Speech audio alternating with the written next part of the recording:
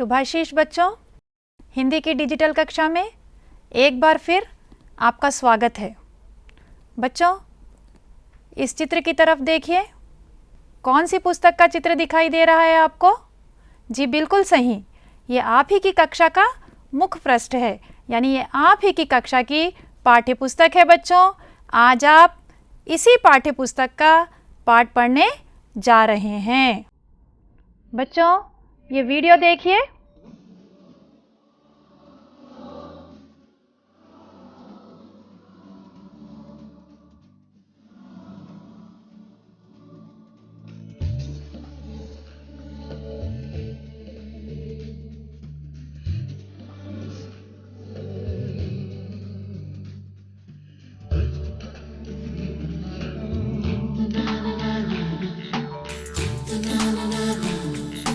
रोके से ना रुके हम, मर्जी से चले हम, बादल सा गरजे हम, सावन सा बरसे हम, सूरज सा चमके हम, स्कूल चले हम, स्कूल चले हम, हो स्कूल चले हम, हो। देखा है ना आपने, और आपको ये वीडियो बहुत पसंद भी है, क्योंकि आप ही के समान पाठशाला के बच्चे इसमें हंसते कूदते खेलते हुए पाठशाला जा रहे हैं, पढ़ते हुए नज़र आ रहे हैं, खेलते हुए दिखाई दे रहे हैं। शायद इसीलिए आपको ये वीडियो बहुत पसंद आता है ना बच्चों। तो चलिए इसी तरह खेलते कूदते हम अपनी हिंदी की कक्षा में आगे बढ़ रहे हैं। बच्चों, इन चित्रों को आप ध्यान से देखिए। क्या दिखाई दे रहा है आपको इन चित्रों में? जी हाँ, आप बिल्कुल सही कह रहे हैं। इस चित्र में विभिन्न प्रकार के त्योहार दिखाई दे रहे हैं। तो बताइए बच्चों कि पिछली कक्षा में हमने किस त्योहार के बारे में पढ़ा था? सोचिए और बोलिए। जी हाँ, बिल्कुल सही कहा आपने। हमने पिछली कक्षा में रमज़ान त्योहार के बारे में पढ़ा था। तो बताइए बच्चों कि रमज़ान का एक और नाम क्या है? रमज़ान को और क्या कहते हैं बच्चों? जी हाँ, रमज़ान को ईद उल फितर भी कहा जाता है। रमज़ान का एक और नाम है बच्चों ईद उल फितर। बिल्कुल सही कहा आपने। जीवन में त्योहारों का क्या महत्व है? आपने रमज़ान त्योहार के बारे में पढ़ा है, आपको पता है। तो बताइए कि जीवन में त्योहारों का क्या महत्व होता है? जी हाँ, आपने यह भी बिल्कुल सही कहा है। जीवन में त्योहारों का बड़ा महत्व होता है। त्योहारों से आनंद और खुशी मिलती है, सद्भावना का विकास होता है और परोपकार की भावना बढ़ती है। तो हमने पिछली कक्षा में इनके बारे में पढ़ा था। तो हम पिछली कक्षा के ही कुछ मुख्य बिंदु अभी जानेंगे। पिछली कक्षा में बच्चों हमने रमज़ान भाग 1 पढ़ा था ना? तो चलिए इसके कुछ मुख्य बिंदु एक बार फिर जाने हम। भारत प्राचीन देश है। यहाँ अनेक धर्मों या जातियों के लोग रहते हैं। या आप जानते हैं कि भारत में अनेक धर्मों और जातियों के लोग निवास करते हैं। यहाँ पर जो चिन्ह आपको दिखाई दे रहा है, इससे भी आपको पता चल रहा है, विभिन्न धर्मों के चिन्ह यहाँ पर दिखाई दे रहे हैं आपको। तो पता चलेगा कि यहाँ हमारे भारत में अनेक धर्मों और जातियों के लोग निवास करते हैं। सभी धर्मों के लोग विविध प्रकार के उत्सव व त्यौहार मनाते हैं। अभी आपने त्यौहार के बारे में बताया भी है बच्चों, और आपको ये पता भी है कि सभी धर्मों के लोग विविध प्रकार के उत्सव व त्यौहार मनाते हैं।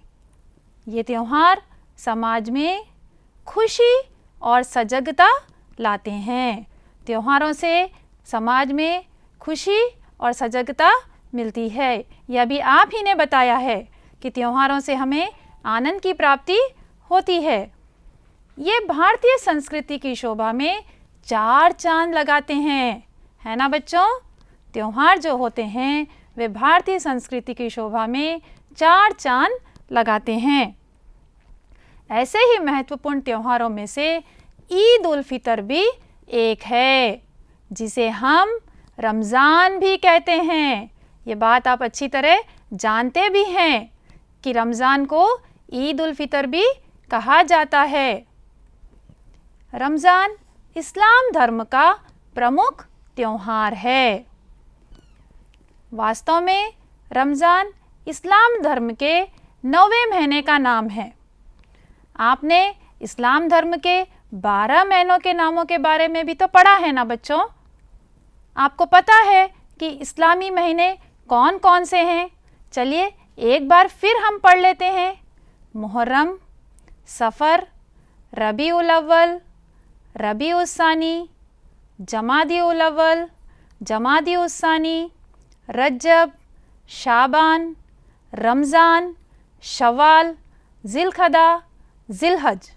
तो रमज़ान कौन से महीना है? रमज़ान 9वां महीना है बच्चों। इस्लामी महीने में रमज़ान 9वां महीना होता है। आपने बच्चों इसके साथ साथ रमज़ान के यानी इस्लाम धर्म के 5 बुनियादी सिद्धांतों के बारे में भी पढ़ा है। तो इस्लाम धर्म के 5 बुनियादी सिद्धांत हैं बच्चों। देखिए इस्लाम धर्म के 5 बुनियादी सिद्धांत कौन से हैं? तौहीद, नमाज, रोज़ा, ज़कात और हज। इसके बारे में भी आपको पता है कि ये 5 इस्लाम धर्म के प्रमुख सिद्धांत हैं। रमज़ान इबादतों यानी प्रार्थनाओं व बरकतों का महीना माना जाता है। यह माना जाता है कि इसी महीने में पवित्र ग्रंथ कुरान शरीफ नाजिल हुआ था। तो बच्चों यहाँ तक हमने पिछली कक्षा में पढ़ा था, और जब हमने पिछली कक्षा में पढ़ा था उस समय हमने चर्चा के प्रश्नों के अंतर्गत यह चर्चा की थी कि इस्लाम के जो 12 महीने होते हैं उसको हमने अव्यवस्थित रूप में आपके सामने प्रस्तुत किया था और आपसे कहा था इन महीनों को सही क्रम में आप लगाइएगा। तो शायद आपने लगा लिया होगा। आप इसका वीडियो भी देख सकते हैं कि किस तरह हमने इन महीनों को सही क्रम में लगाया है। हमने रमजान बाद में 12 महीने सीखे हैं ना? सीखे। तो आज हम उन्हें सही क्रम में लिखेंगे। तो एक दल में से कौन आना चाहता है?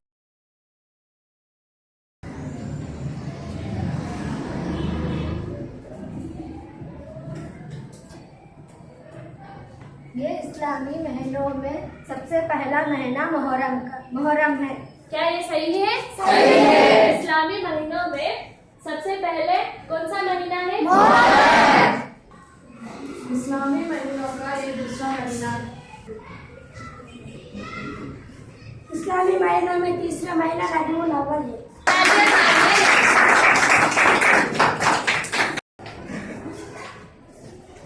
तो 12 महीना कौन सा है? अब पहले से हम देखेंगे। पहला महीना मुहर्रम, दूसरा महीना सफर, तीसरा महीना रबीउल अव्वल, चौथा महीना पांचवा महीना, छठवां महीना,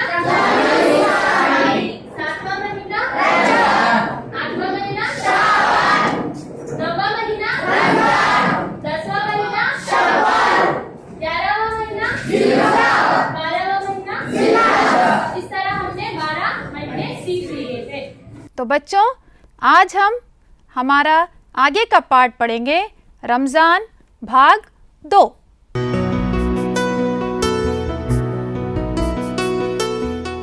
आज हम तीसरा और चौथा अनुच्छेद पढ़ने वाले हैं। हमारा ये अनुच्छेद शुरू होता है इस्लामी महीना चांद के निकलने से शुरू होता है और ये चलेगा और उनकी सहायता की जाती है। यानी तीसरा और चौथा अनुच्छेद हम पढ़ने वाले हैं। तो बच्चों आप इन दोनों अनुच्छेदों को ध्यान से देखिए, इन्हें पढ़िए, इनको समझने की कोशिश कीजिए। ऐसा हो सकता है कि इसमें कई ऐसे शब्द आए जो आपको समझ में नहीं आते हो या आपको नए दिखाई देते हो, आप उन शब्दों को रेखांकित कीजिए। उन शब्दों के अर्थ शब्दकोश में ढूंढने का प्रयत्न कीजिए। उन शब्दों के बारे में अपने मित्रों से चर्चा कीजिए और अपने अध्यापक या अध्यापिका से भी इसके बारे में पूछिए। हम चर्चा के समय इन शब्दों के अर्थों पर भी चर्चा करेंगे। तो बच्चों, अब हम पाठ की चर्चा आरंभ करते हैं। देखिए बच्चों, इस्लामी महीना चाँद के निकलने से शुरू होता है। तो इस्लामी महीना जो होता है वह बच्चों चाँद के निकलने के साथ ही शुरू हो जाता है। जैसे ही चाँद निकलता है वैसे ही इसकी सूचना दी जाती है। यानी रमज़ान का चाँद निकलने पर इसकी सूचना विविध प्रकार से दी जाती है। विविध का अर्थ क्या हो सकता है बच्चों? विविध यानी अनेक, विविध यानी विभिन्न प्रकार से इसकी सूचनाएं दी जाती है। बच्चों, आपने सुना भी होगा कि जब रमज़ान का महीना आता है, रोज़े शुरू होने वाले होते हैं, उस समय जब चाँद दिखाई देता है तो सूचनाएं अनेक प्रकार से लोगों को दी जाती है। आपने सायरन की आवाज़ सुनी है बच्चों, जो मस्जिद से आती है, सुनी है ना? हाँ, तो सायरन के द्वारा भी रमज़ान की सूचना दी जाती है। आजकल तो टीवी चैनलों से भी इसकी सूचना मिलती है, रेडियो पर भी सूचना दी जाती है।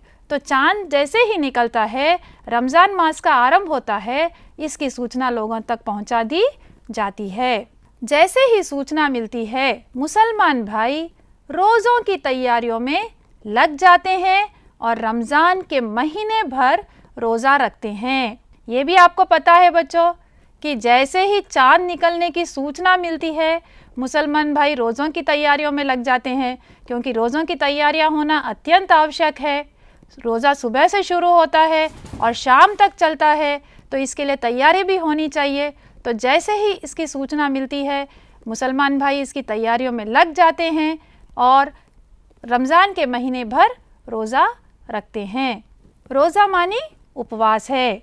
जानते हैं ना बच्चों आप, रोज़ा का अर्थ है उपवास, यानी इसमें कुछ भी खाना या पीना मना होता है। तो रोज़ा शुरू कब होता है? रोज़ा रखने के लिए सूर्योदय से लगभग 1.5 घंटा पहले आहार लिया जाता है। जब सूर्योदय होता है उसके भी पहले 1.5 घंटा पहले भोजन कर लेना आवश्यक होता है। उसके बाद रोज़ा शुरू हो जाता है।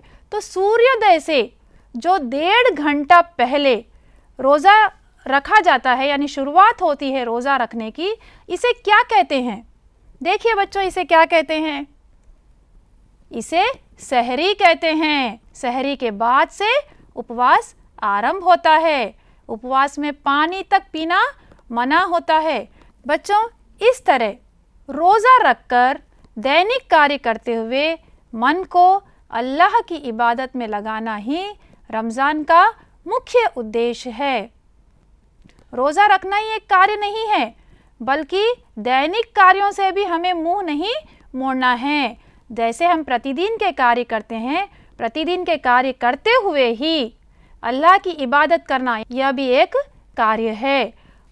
इस तरह रोज़ा रखकर दैनिक कार्य करते हुए मन को अल्लाह की इबादत में लगाना ही रमज़ान का मुख्य उद्देश्य है।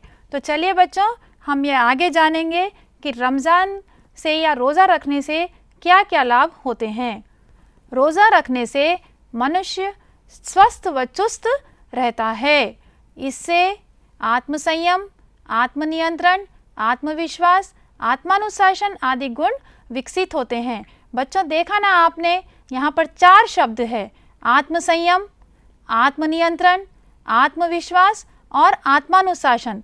इन चारों शब्दों में पहला जो शब्द है वह आत्मा से संबंधित है, हमारे मन से संबंधित है। यानी जब हम अपने मन को वश में रखते हैं, उस पर नियंत्रण रखते हैं, तो ये हमें आत्मसंयम की भावना को उत्पन्न करता है। तो जब आत्मसंयम और आत्मनियंत्रण की भावना उत्पन्न होती है तो हम में आत्मविश्वास जागृत होता है, और जब आत्मविश्वास जागृत होता है तो आत्मानुशासन अपने आप आ जाता है। बच्चों, आगे देखिए कि रोज़ा रखने से और क्या लाभ है? इससे सामाजिकता की भावना बढ़ती है, अपने कर्तव्यों का बोध होता है। मनुष्य एक सामाजिक प्राणी है, तो यह आवश्यक है कि वह समाज में मेल जोल के साथ रहे। तो रमज़ान का त्यौहार समाज में मेल जोल की भावना को बढ़ाता है, इसीलिए रोज़ा का उद्देश्य भी मेल जोल की भावना को, सामाजिकता की भावना को बढ़ाना है। गरीबों के दुख दर्दों का अनुभव किया जाता है और उनकी सहायता की जाती है। इसके पहले पाठ में भी आपने पढ़ा है ज़कात के बारे में कि मुसलमान भाई ज़कात देते हैं, यह इस्लाम धर्म का एक मुख्य सिद्धांत है। तो बच्चों, आपने रमज़ान के इस पाठ को भी अच्छी तरह से समझ लिया है। तो अब हम चलते हैं चर्चा के प्रश्नों की ओर। आप मुझे बताएंगे कि त्योहार आने के पहले आप क्या क्या तैयारियां करते हैं। बच्चों, आप त्योहारों के बारे में जानते हैं, तो बताइए कि त्योहार आने के पहले आप क्या क्या तैयारियां करते हैं। जी हाँ, आपने बिल्कुल सही बताया है। आप घरों की सफाई करते हैं ना, त्योहार आने के पहले घरों की सफाई, सामान खरीदते हैं, फल फूल इत्यादि खरीदते हैं, मित्रों और रिश्तेदारों के लिए बधाई संदेश बनाते हैं और निमंत्रित मेहमानों की सूची बनाते हैं। तो इस तरह त्योहार आने के पहले आप अनेक प्रकार की तैयारियां करते हैं। तो बच्चों, अब देखिए आगे आपके लिए कौन सा प्रश्न है। पाठ्यांश पढ़िए और प्रश्नों के उत्तर दीजिए।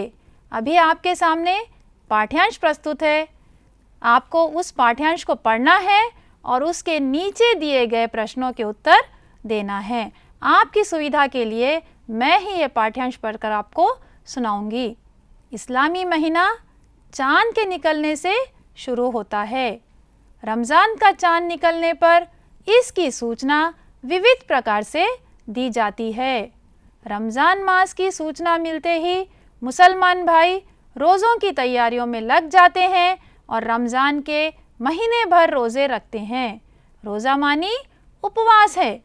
रोज़ा रखने के लिए सूर्योदय से लगभग 1.5 घंटा पहले आहार लिया जाता है।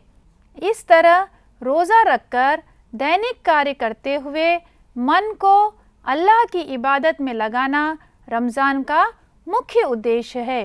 रोज़ा रखने से मनुष्य स्वस्थ व चुस्त बना रहता है और उसमें आत्मसंयम, आत्मनियंत्रण, आत्मविश्वास, आत्मानुशासन आदि गुण विकसित होते हैं। इससे सामाजिकता की भावना बढ़ती है, अपने कर्तव्यों का बोध होता है, गरीबों के दुख दर्दों का अनुभव किया जाता है और उनकी सहायता की जाती है। तो आपने फिर से पाठ्यांश को सुना है बच्चों। इसके अंतर्गत पूछे गए प्रश्नों के उत्तर दीजिए। बताइए कि किसके बाद उपवास आरंभ होता है। सोचिए, बताइए। जी हाँ, सहरी के बाद उपवास आरंभ होता है। बिल्कुल सही बच्चों। दूसरा प्रश्न है, रोज़ा का अर्थ क्या है? बहुत अच्छी तरह जानते हैं आप, मुझे पता है। रोज़ा का अर्थ उपवास है, यह भी बिल्कुल सही, यानी आपने पाठ्यांश को बहुत ध्यान से पढ़ा है। तीसरा प्रश्न है बच्चों, पाठ्यांश में किस त्योहार का वर्णन है? पाठ्यांश में रमज़ान के त्योहार का वर्णन है। देखिए अब चौथा प्रश्न क्या होगा? रोज़ा से किन गुणों का विकास होता है? बताइए। जी हाँ, रोज़ा रखने से मनुष्य स्वस्थ व चुस्त बना रहता है और उसमें आत्मसंयम, आत्मनियंत्रण, आत्मविश्वास, आत्मानुशासन आदि गुण विकसित होते हैं। तो बच्चों, आपके उत्तर देने से पता चलता है कि आपने पाठ्यांश को बहुत अच्छी तरह पढ़ लिया है। आगे चलते हैं। देखिए आपके सामने कौन सा प्रश्न है। मानव जीवन में उपवासों का क्या महत्व है? और एक प्रश्न है आपके सामने, त्योहार प्रेरणादायक होते हैं कैसे? अभी आपको इनके उत्तर देने नहीं हैं। आपको करना ये है कि मित्र समूहों में यानी अपने साथियों के साथ इन प्रश्नों के उत्तरों पर आपको चर्चा करनी है। कक्षा में समूह बनाइए, इन प्रश्नों के उत्तरों पर चर्चा कीजिए, उत्तर के मुख्य बिंदु लिखिए, मुख्य बिंदु लिखने के पश्चात एक सटीक उत्तर बनाइए और अपने अध्यापक या अध्यापिका से इन प्रश्नों के उत्तरों की जांच करवाइए। लेकिन अभी समय समाप्त नहीं हुआ है बच्चों, कुछ और प्रश्न आपके लिए बाकी हैं। मुहावरों के अर्थ पहचानिए। आपने पाठ में चांद के बारे में पढ़ा है, तो क्यों ना आज हम चांद से संबंधित कुछ मुहावरों के अर्थ जाने बच्चों। देखिए, सबसे पहला मुहावरा है चार चांद लगाना। आपके सामने 3 विकल्प हैं। इन 3 विकल्पों में से आपको एक सही उत्तर चुनना है। 3 विकल्प कौन कौन से हैं? शोभा बढ़ाना, कीमत बढ़ाना और कदम बढ़ाना। तो सोचिए और बताइए कि 4 चांद लगाना का सही उत्तर क्या हो सकता है। इसके लिए मैं आपको याद दिला दूं कि पहले पाठ में आपने पढ़ा है कि त्योहार भारतीय संस्कृति की शोभा में 4 चांद लगाते हैं। बिल्कुल सही पहचाना आपने। इसका उत्तर है शोभा बढ़ाना या सुंदरता बढ़ाना। दूसरा प्रश्न है ईद का चांद होना। ईद का चांद होना किसे कहते हैं? ईद का चांद होना जो रोज दिखाई देता है उसे, जो बहुत दिनों के बाद दिखाई देता है उसे, या जो दिखाई ही नहीं देता है उसे? बिल्कुल सही कहा आपने। जो बहुत दिनों के बाद दिखाई देता है उसे कहते हैं ईद का चांद होना। आप भी कभी कभी अपने दोस्तों से कहते होंगे ना कि अरे भाई आप तो ईद के चांद हो गए हो, यानी वह आपका दोस्त आपको कई दिनों से नहीं मिलता है, तो आप उसके लिए इस मुहावरे का प्रयोग करते हो। अगला मुहावरा है बच्चों चांद का टुकड़ा होना। चांद का टुकड़ा होना, क्या चांद से टुकड़ा टूट कर आ जाता है? नहीं, इसके भी 3 विकल्प है। सोचिए, अत्यंत कुरूप होना, अत्यंत तेज होना, अत्यंत सुंदर होना। कौन सा हो सकता है सही विकल्प? अत्यंत सुंदर होना। तो चांद का टुकड़ा होना का अर्थ है बच्चों अत्यंत सुंदर होना। तो बच्चों, आपने पाठ को पढ़ा है, सुना है और समझा है। मेरी ये आशा है कि आपने रमज़ान पाठ का ये भाग अच्छी तरह समझ लिया होगा। तो हम अब फिर मिलते हैं अगली कक्षा में रमज़ान पाठ के भाग 3 के साथ। धन्यवाद।